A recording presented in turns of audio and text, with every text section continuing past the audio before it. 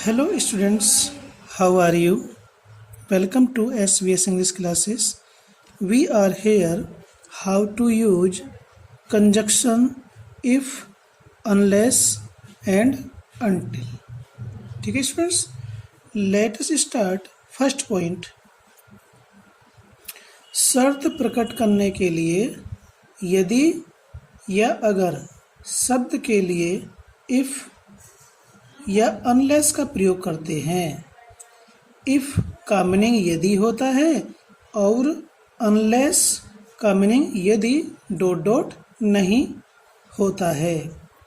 तो के लिए कॉमा प्रयोग करते हैं। ठीक है स्टूडेंट्स,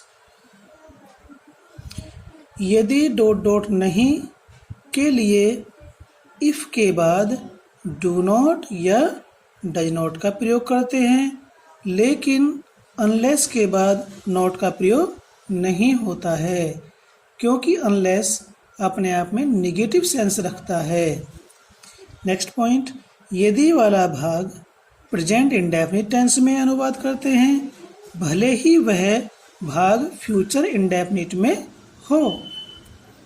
ठीक है स्टूडेंट्स, भले ही इफ वाली क्लॉज फ्यूचर इंडेफिनिट में हो लेकिन उसे प्रेजेंट इंडेफिनिट टेंस में अनुवाद करते हैं।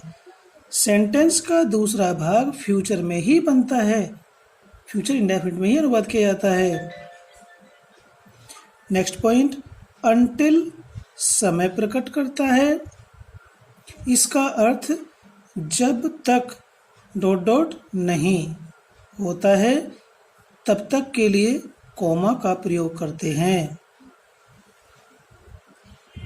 नंबर 5, अनलेस और अनटिल दोनों शब्द निगेटिव सेंस रखते हैं, इसलिए इनके बाद नॉट का प्रयोग नहीं करते। इनको समझने के लिए हम नीचे सेंटेंस डिस्कस करते हैं। यदि तुम देर से आओगे तो तुम्हें सजा मिलेगी।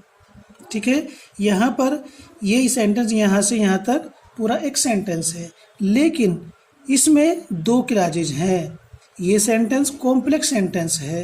एक तो यदि तुम देर से आओगे, एक तो इतना हो गया। ठीक है, यदि तुम देर से आओगे, एक क्लॉज तो ये हो गई, तो तुम्हें सजा मिलेगी।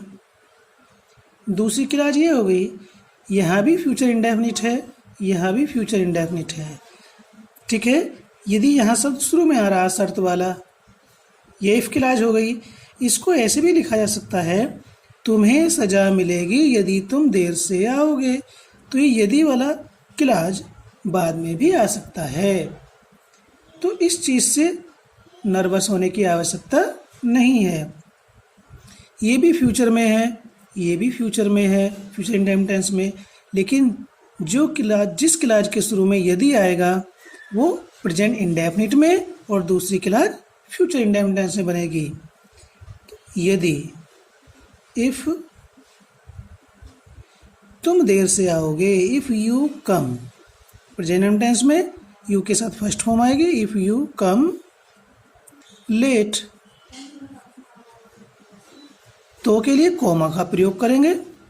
तो की अंग्रेजी अलग से नहीं आती है, तुम्हें सजा मिलेगी।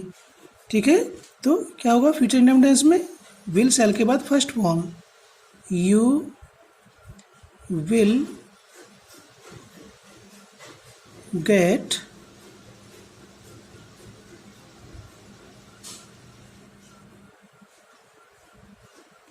punishment। ठीक, जब इफ क्लॉज शुरू में आती है तो कॉमा का प्रयोग होता है। ठीक है, यदि हम इस क्लॉज को इधर ले आए और इस क्लॉज को इधर, तो एक तो इफ छोटा बन जाएगा, इफ का आई, और ये कॉमा खत्म हो जाएगा। ठीक है, लेट अस सी।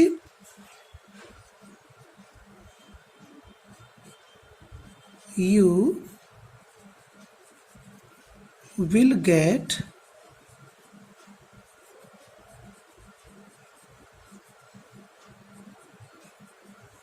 पनिशमेंट। ठीक students, if you come late. हमने इफ क्लाज को बाद में लिखा तो वो कॉमा डिलीट करना पड़ा, कॉमा प्रयोग नहीं होता है। यदि ये इफ क्या है, कंजक्शन है, कंजक्शन यहाँ शुरू में आ रहा है यदि के लिए, तो के लिए कॉमा। यदि कंजक्शन बाद में आ जाए, ये पोर्शन पहले रखा जाए ये क्लाज और ये बाद में, तो फिर इफ आई छोटा बनेगा और कॉमा खत्म हो जाएगा।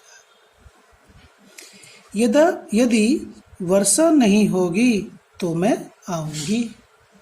ठीक है, देखिए इसमें यदि नहीं आ रहा है, यहाँ पर ये अफर्मेटिव है और ध्यान देंगे ऊपर यहाँ दोनों क्लाज अफर्मेटिव में है।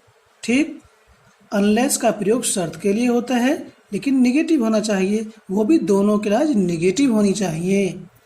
यदि वर्षा नहीं होगी, चलो ये तो नेगेटिव में है, मैं आऊंगी ये नेगेटिव में नहीं है, तो इसमें अनलेस का प्रयोग नहीं होगा, इफ का ही प्रयोग होगा। इफ इट यदि वाली क्लाज है तो प्रेजेंट इंडेफिनिट टेंस में इट डज नॉट,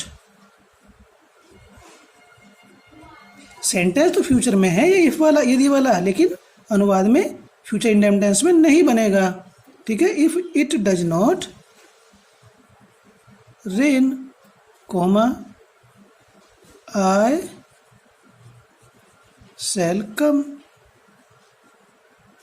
ठीक है, और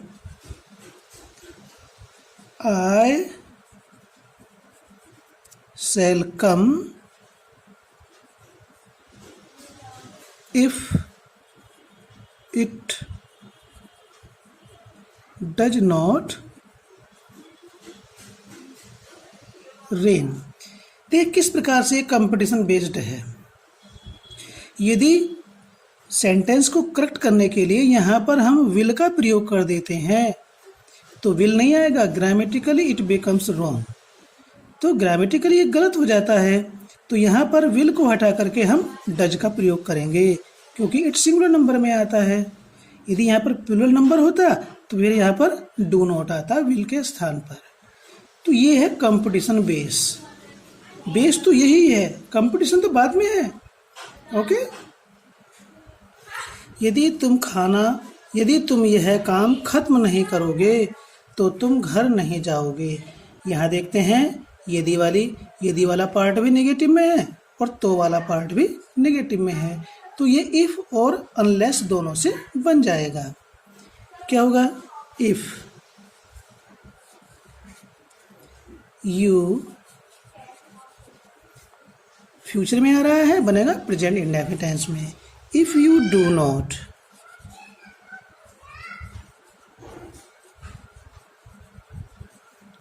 finish this work comma you will not go home। जब होम का प्रयोग किया है तो गो के बाद टू नहीं आएगा। यदि हम हाउस का प्रयोग करेंगे दी हाउस तो टू आ जाएगा। ठीक है स्टूडेंट्स, ये दोनों ही क्लाज इफ क्लाज भी और दूसरी क्लाज भी निगेटिव में है। ठीक है, तो अब हम अनलेस का प्रयोग कर सकते हैं इफ के स्थान पर। क्या होगा,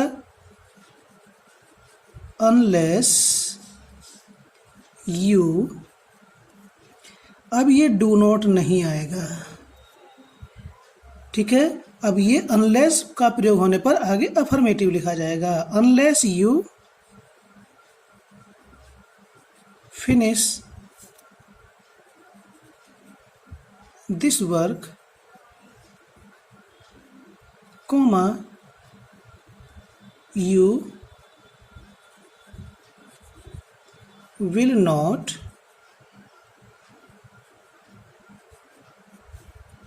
go to the house। हमने दी हाउस कर दिया, टू आ गया। तो हम इस चीज़ को समझेंगे तो तभी हमारा कंपटीशन होगा। यहाँ ट्रांसलेशन भी होगी और कंपटीशन भी बेस भी स्ट्रॉन्ग होगा।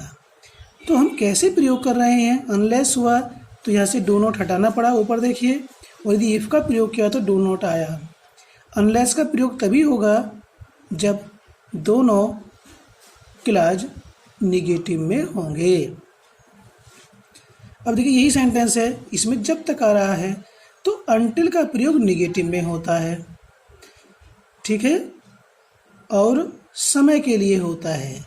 इस वाली क्लॉज में जब तक नहीं आ रहा है, हालांकि जब तक लगेगा तभी हम अनटिल का प्रयोग करेंगे। इसमें तो नहीं है, तो यहाँ पर हम अनटिल का प्रयोग नहीं कर सकते, ठीक है। अब इसमें वही सेंटेंस है, केवल हमने इसमें लिखा जब तक, तो अब क्या होगा, अनटिल बनेगा। ये भी उसी प्रकार से नियम वही है, प्रेजेंट और फ्यूचर। कंजक्शन वाला पोर्शन प्रेजेंट इंडेफिनिट में बनेगा और दूसरा क्लॉज, दूसरा पोर्शन फ्यूचर इंडेफिनिट से बनेगा। अनटिल भी निगेटिव होता है, इसके आगे नॉट का प्रयोग नहीं किया जाता, यदि होता है तो मिस्टेक है। इफ़, यदि जब तक तुम इस काम को ख़त्म नहीं करोगे तब तक तुम घर नहीं जा सकते हो।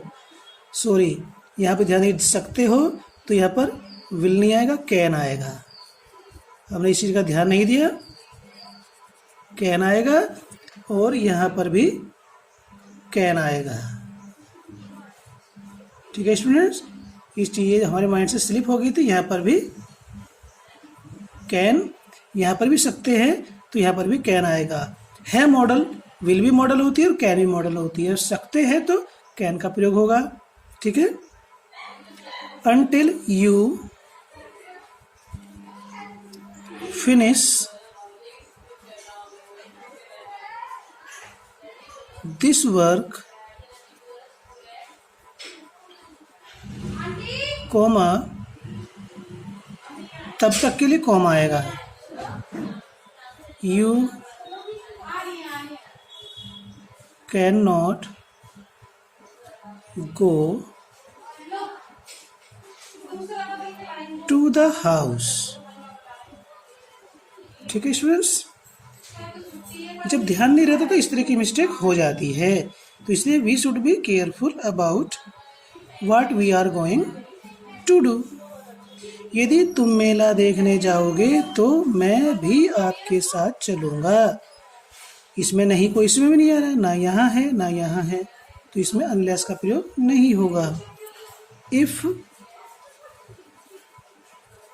यू गो, देखने इन्फिनिटिव आ रहा है, इफ़ यू गो टू सी, या विजिटिव का प्रयोग भी कर सकते हैं, मेला, सी द फेयर, तो के लिए कॉमा, मैं भी आपके साथ चलूँगा, आई विल आल्सो, ACCOMPANY,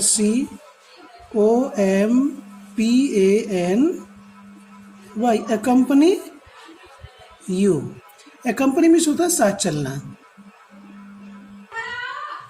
जब तक पुलिस नहीं आती तब तक हमें यहीं रुकना चाहिए। देखिए अनटिल के साथ ऐसा नहीं है कि दोनों नेगेटिव होंगे पोर्शन तभी प्रयोग होगा। जब तक पुलिस नहीं आती, until the police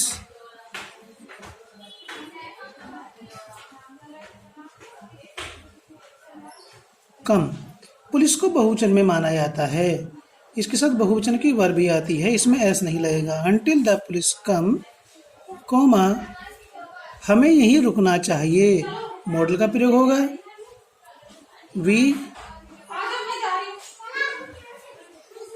should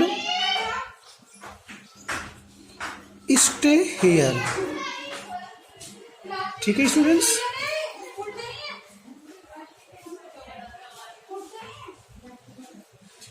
जब तक तुम काम नहीं करोगे तब तक तुम्हें खाना कौन खिलाएगा, दोनों फ्यूचर में है।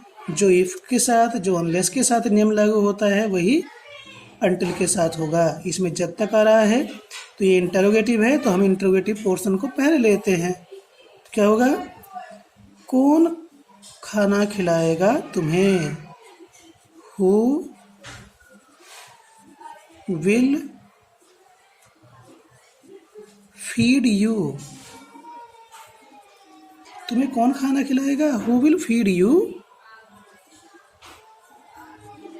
until you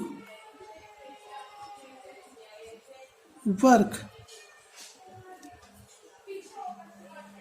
हम इसको ऐसे भी लिख सकते हैं, until you work, comma who will feed you, फिर एंड में क्वेश्चन मार्क लग जाएगा। ठीक है। जब तक मैं न आऊं यहीं ठहरो, इंपेरेटिव है, यहीं ठहरो। Stay here until I come। हम यहाँ पर इन रूल्स को प्रिपेयर करेंगे, तब जाकर के हमारी ग्रामर और हमारा करेक्शन ऑफ द सेंटेंस तैयार होगा, तब हम कंपटीशन बेस के लिए तैयार होंगे। ठीक है स्टूडेंट्स, तो किस प्रकार से हमने इसको बनाया? जब तक मैं न आऊं यहीं पर ठहरो, stay here until I come। जब तक डॉक्टर न आए तब तक कृपया मरीज का ध्यान रखना, मरीज की देखभाल करना। ध्यान रखना मीन्स देखभाल करना। इंपेरेटिव सेंटेंस आ रहा है तो क्या आएगा? प्लीज। इंपेरेटिव को पहले लेते हैं, प्लीज। ध्यान रखने के लिए तो लुक आफ्टर कर देंगे, सुपरवाइज। प्लीज सुपरवाइज द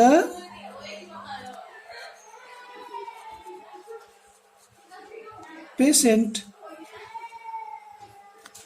ठीक है। until the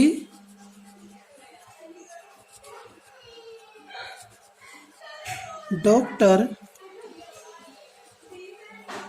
प्रेजेंट टेंस से बनेगा डज नॉट, सॉरी देखिए थोड़ा सा भी चूक हो जाती है तो गलत हो जाता है, मिस्टेक हो जाता है। until the doctor comes.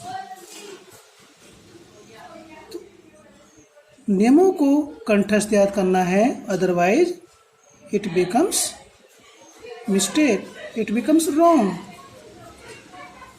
Please supervise, please look after the patient until the doctor comes. Okay. यदि तुम बीमार हो तो आराम कर लो, इंपेरेटिव है, आराम करो। क्या होगा? Take rest.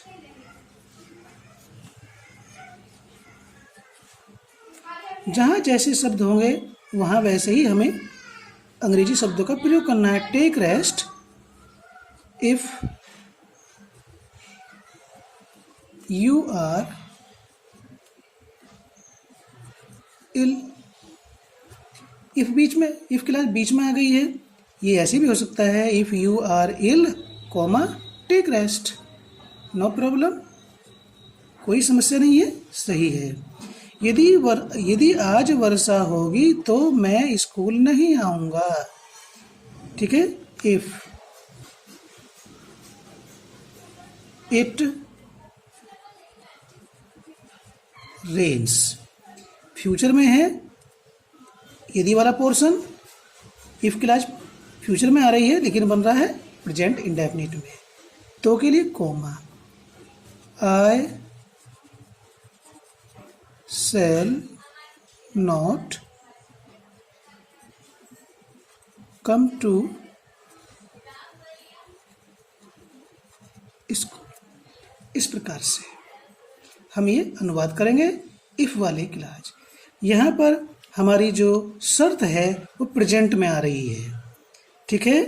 प्रेजेंट में है हमारी कंडीशन, टाइम क्लास भी और इफ क्लास भी प्रेजेंट में आ रही है। रूल नंबर 6, यदि शर्त काल्पनिक हो और हिंदी वाक्य में दोनों क्लाज के अंत में ता आता है तो इफ क्लाज पास्ट इंडेफिनिट में और दूसरी क्लाज में वुड प्लस फर्स्ट फॉर्म का प्रयोग करके अनुवाद करते हैं। इन चीज़ों का हमें ध्यान रखना है। हमारी जो कंडीशन है वो प्रेजेंट में है या पास्ट में। यदि इस प्रकार से ता आता है दोनों क्लॉज के अंत में तो वह शर्त पास्ट इंडेफिनिट टेंस में होती है। तो इफ क्लॉज पास्ट इंडेफिनिट में और दूसरी clause future indefinite in past. Future indefinite in past का मीनिंग है कि विल का हम वुड कर देंगे, आगे फर्स्ट फॉर्म ही आएगी। देखिए सेंटेंस, यदि मोहन कठिन परिश्रम करता, तारा है, तो वह पास हो जाता। इस तरह से ये पास्ट इंडेफिनिट टेंस की कंडीशन को शो करता है। ठीक है, इसे हम अनरियल पास्ट भी कहते हैं। क्या कहते हैं? Unreal past. तो ता आ रहा है दोनों क्लॉज के एंड में। दूसरी बात, ये कंडीशन पूरी नहीं होती है क्योंकि ये बीत चुकी है। क्या होगा? इफ, यदि मोहन कठिन परिश्रम करता, if Mohan past indefinite worked hard, तो के लिए कॉमा ही, ये पास्ट इंडेफिनिट हो गया। ये जो दूसरी क्लॉज है ये future indefinite in past means he के साथ विल आना चाहिए था, लेकिन क्या हुआ? ही वुड पास। यदि ये प्रेजेंट में होती तो ये विल हो जाता। ठीक है, लेकिन पास्ट में है कंडीशन तो इधर विल का वुड करना पड़ा। यदि मैं अमीर होता तो एक मकान खरीद लेता। ठीक है, क्या है? अनरियल पास्ट है। इफ आई, यहाँ पर होने के लिए बी फॉर्म का प्रयोग किया जाता है, लेकिन जब इफ आता है और सिंगुलर नंबर का सब्जेक्ट आता है तो पास्ट टेंस में बी फॉर्म सिंगुलर के साथ भी प्लूरल की आती है। इफ आई वर, इस प्रकार से प्रयोग होता है। If I were rich, if I were rich, यदि मैं धनी होता तो, अब यहां मैं तो नहीं दे रखा लेकिन अंडरस्टूड है, वही पहला वाला आएगा। I would buy a house. तो यहाँ इफ जो प्रयोग होता है यहाँ सिंगुलर नंबर का सब्जेक्ट होता है और पास्ट टेंस में है तो फिर यहाँ वर का प्रयोग होता है। ये भी ग्रामेटिकल है, ये भी कंपटीशन बेस है। इस सेंटेंस में यदि मान लीजिए ये सेंटेंस आ जाए कंपटीशन में और इसके 4 पोर्शन कर दी जाएं। ठीक है, एक इफ का, एक आई वर का, आई वर रिच, 2 पोर्शन हो गए, और एक यहाँ तक और एक आगे तक। तो और इसमें कर दी जाए वाज, तो वाज नहीं आने का, वर ही आएगा। ये कंपटीशन बेस है। यदि मैं तुम होता, ये भी ऊपर के जैसा ही है, तो रवि की कभी सहायता नहीं करता। इफ आई वर यू, यदि मैं तुम होता, इफ आई वर यू, यदि मैं तुम होता अर्थात तुम्हारे स्थान पर होता तो क्या होता? आई वुड नॉट, कभी नहीं है तो I would never help Ravi. इस प्रकार से बनेगा। यदि तुम उसके पास जाते, इसमें ते आ गया, कोई फर्क नहीं पड़ता, पास जाते तो वह आपको 100 रुपये जरूर देता। कंडीशन है पास्ट इंडेफिनिट टेंस की है। कंडीशन पास्ट परफेक्ट में भी होती है।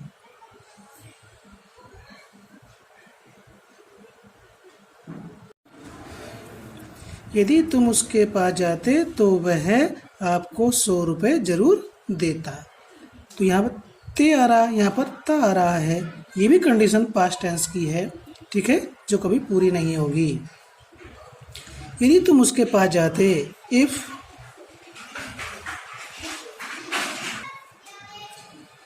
इफ यू उसके पास जाते, सेकेंड फॉर्म आएगी if you went,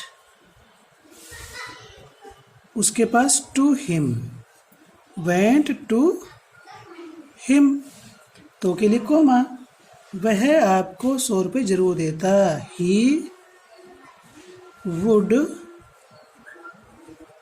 surely give you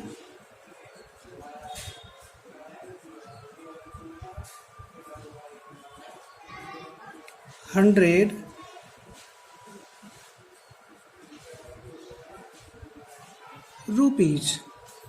okay. यदि रमेश वहां जाता तो वे उसका स्वागत करते। ठीक, इसका उल्टा हो रहा है, यहाँ ते शुरू में आ रहा है, यहाँ बाद में आ रहा है, तो इससे फर्क नहीं पड़ता, केवल पहचान को ध्यान में रखना है। यदि रमेश वहां जाता, इफ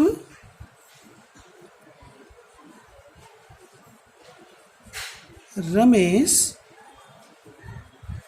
वेंट देयर, वेंट के बाद जब देयर आता है तो टू नहीं आता है, यह है कॉम्पिटिशन बेस। ठीक है, तो के लिए कोमा, तो वे उसका स्वागत करते, दे वुड वेलकम हिम। यहाँ पर वेंट आ रहा है, यहाँ पर वुड है, यदि यहाँ पर विल कर दें तो मिस्टेक है, यह है कॉम्पिटिशन बेस। यहाँ वुड है, यहाँ पर गो कर दें, रमेश के अनुसार गोज हो जाएगा, तो गोज नहीं होगा, वेंट होगा, यह है कॉम्पिटिशन बेस। कोई अलग से नहीं तैयार होता है, यही से चलता है कॉम्पिटिशन बेस स्ट्रॉन्ग होकर के। ठीक है स्टूडेंट्स, इसके आगे है शर्त प्रकट करने वाले क्लाज में हिंदी में या होता है। देखिए इसमें या होता नहीं आ रहा है, ठीक है, ना यहाँ या होता आ रहा है, और ऊपर देखिए ना या, यहाँ पर या आते, या होते, या देता, ऐसा कुछ आ रहा नहीं आ रहा है। तो देखिए थोड़ी पहचान यहाँ पर भी, या होता आता है अंत में हो, और दूसरी हिंदी क्लाज के अंत में भी या होता आता है, तो इफ क्लाज, तो इफ क्लाज पास्ट परफेक्ट में और दूसरी clause future perfect in past में अनुवाद करते हैं। जब दोनों क्लाज के अंत में या होता है, या होता आता है, तो वहाँ पर कंडीशन पास्ट परफेक्ट टेंस में होती है। ठीक है, जब इफ क्लाज पास्ट परफेक्ट में बनेगी तो दूसरी क्लाज फ्यूचर परफेक्ट में इन पास्ट, अर्थात विल हैव का वुड हैव करके तब थर्ड फॉर्म प्रयोग की जाएगी। यहाँ पर स्ट्रक्चर दे रखा है, ये if plus subject plus head plus third form plus object, comma तो के लिए subject plus would have plus third form plus object plus other का प्रयोग करते हैं। ये कोई सी भी चीज़ होती है, कॉम्पिटिशन बेस भी होता है तैयार, तो हमें स्ट्रक्चर और वर्ब तो तैयार करनी पड़ेंगी ही, चाहे आप ट्रांसलेशन के माध्यम से कर लीजिए या फिर बिल्कुल इंग्लिश टू इंग्लिश कर लीजिए, कहीं ना कहीं तो आपको लेबर करनी पड़ेगी। ऐसे नहीं कॉम्पिटिशन बेस कोई अलग से तैयार होता है, यहीं से चलता है। देखिए, यदि उसने मेरा कहना मान लिया होता या होता तो वह पास हो गया होता। पास्ट इंडेफिनिट और पास्ट परफेक्ट की शर्त का हिंदी वाक्यों में किस प्रकार से हम डिफरेंस करेंगे, इस चीज़ को समझने की आवश्यकता है। इसी को मैं पास्ट इंडेफिनिट में बोलता हूँ। यदि वह मेरा कहना मान लेता तो वह पास हो जाता।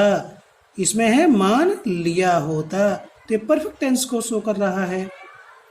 ठीक है, क्या होगा, इफ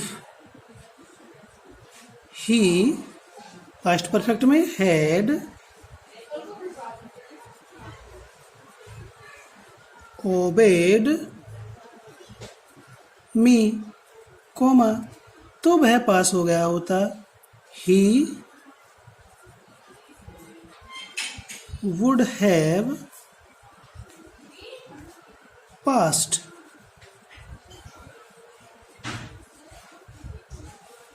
यहाँ पास्ट परफेक्ट है तो यहाँ फ्यूचर परफेक्ट इन पास्ट होगा। यहाँ हमने हैड प्लस थर्ड फॉर्म कर रखा है तो यहाँ वुड प्लस फर्स्ट फॉर्म नहीं होगा। ये है कंपटीशन बेस। यहाँ वुड हैव का प्रयोग करके ही थर्ड फॉर्म आएगी। यहाँ would have plus third form है तो यहाँ पर ही ओबेड नहीं होगा, ही हैड ओबेड होगा। ये है कंपटीशन बेस। ठीक है स्टूडेंट्स। यदि तुमने उसे निमंत्रित किया होता तो वह पार्टी में आ गया होता। पास्ट परफेक्ट टेंस में कंडीशन है, ये भी पूरी नहीं होती है, केवल प्रेजेंट टेंस की कंडीशन ही पूरी होती है, ना पास्ट इंडेफिनिट की होती है ना पास्ट परफेक्ट की होती है। ठीक है। तो इफ तुमने उसे निमंत्रित किया होता, if you had invited him, तो के लिए कॉमा, he would have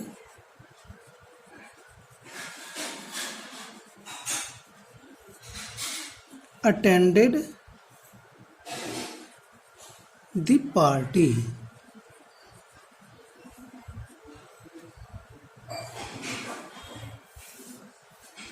यदि रवि ने तुम्हें पत्र लिखा होता, आ होता, तो वह आ गया होता। क्या आ गया होता? पत्र आ गया होता। ठीक है। क्या आ गया होता? पत्र। पत्र के बारे में कहा जा रहा है। यदि रवि ने तुम्हें पत्र लिखा होता तो वह आ गया होता। कौन? पत्र। ये वह जो है पत्र के लिए है। If Ravi had written a letter to you, comma, it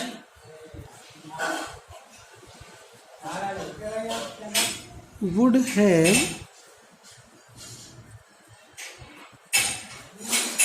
arrived। तो इसमें जो वह है ये किसके लिए? पत्र के लिए है। अब देखिए कंपटीशन बेस क्या होता है। हमें मान लीजिए Ravi, if Ravi had written a letter to you it would have arrived. ठीक है। इसमें 2-3 मिस्टेक करके करेक्शन किया जा सकता है। जैसे ए लेटर डायरेक्ट ऑब्जेक्ट है, यू इनडायरेक्ट ऑब्जेक्ट है। यहाँ लेटर डायरेक्ट ऑब्जेक्ट को पहले रखा है और इनडायरेक्ट को बाद में। ठीक है। और यहाँ से यदि टू को गायब कर दिया जाए तो ये ग्रामेटिकली रॉन्ग हो जाएगा। टू तब तो प्रयोग नहीं होगा जब यू को पहले और ए लेटर को बाद में रखा जाए। यदि अब इसमें से हम टू को डिलीट कर देते हैं तो ये ग्रामेटिकल मिस्टेक हो जाएगी। ये है कंपटीशन बेस। यहाँ इनडायरेक्ट से पहले टू को रखना ही पड़ेगा। दूसरी बात, जब यहाँ पास्ट परफेक्ट आ रहा है तो यहाँ फ्यूचर परफेक्ट इन पास्ट आएगा। फ्यूचर परफेक्ट इन पास्ट का मीनिंग होता है जो विल हैव है उसको हम वुड हैव करेंगे। विल का पास्ट वुड होता है। यहाँ वुड हैव है और प्लस थर्ड फॉर्म आ रही है तो फिर यहाँ हैड प्लस थर्ड फॉर्म होगा ही, ये कंपलसरी है। यदि यहाँ पर रोट लिख दिया जाए तो ग्रामेटिकल मिस्टेक हो जाएगी। तो ये होता है कंपटीशन बेस। यदि मोहन ने परिश्रम किया होता, देखिए 2 सेंटेंस से हमने कंपैरिजन किया है, किया होता। ठीक है। तो उसने परीक्षा पास कर ली होती, ली होती। फिर नीचे देखिए, यदि मोहन परिश्रम करता, यहाँ पर क्या है? या होता, यहाँ पर है करता। ठीक है। तो दोनों में अंतर देखिए, यहाँ पर है परीक्षा पास कर ली होती, यहाँ पर है पास कर लेता। दोनों में अंतर देखिए। ये पहचान बता रही है पास्ट इंडेफिनिट टेंस में कंडीशन और ये पहचान बता रही है परफेक्ट टेंस में कंडीशन, पास्ट परफेक्ट में। तो दोनों सेंटेंस को हम कैसे डिफर करेंगे, दोनों में कैसे डिफरेंस करेंगे, इस चीज़ को समझने की आवश्यकता है। दोनों सेंटेंस मैंने इसी प्रकार से यहाँ पे लिखा, इसी उद्देश्य से। दोनों एक सेंटेंस हैं पढ़ने में, लेकिन पहचान में, टेंस में अंतर आ रहा है। ये पास्ट परफेक्ट में कंडीशन है, ये पास्ट इंडेफिनिट में है। यहाँ इफ़ क्लाज में पास्ट इंडेफिनिट सेकंड फॉर्म आएगी, दूसरी क्लाज में वुड प्लस फर्स्ट फॉर्म, लेकिन यहाँ पर इफ़ क्लाज में हैड प्लस थर्ड फॉर्म आएगा और दूसरी क्लाज में would have plus third form आएगी। तो इस चीज़ को समझिए, ये होता है कंपटीशन बेस। इफ़ मोहन ने परिश्रम किया होता है, if Mohan had worked hard, comma लगा दें तो के लिए, he would have passed the exam. अब नीचे का सेंटेंस है,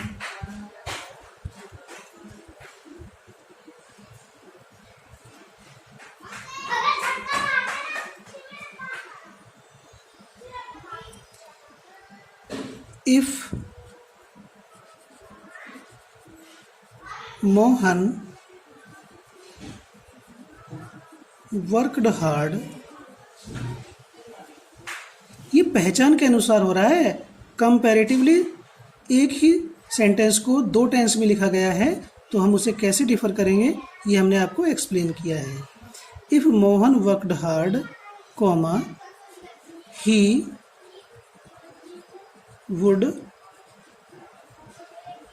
पास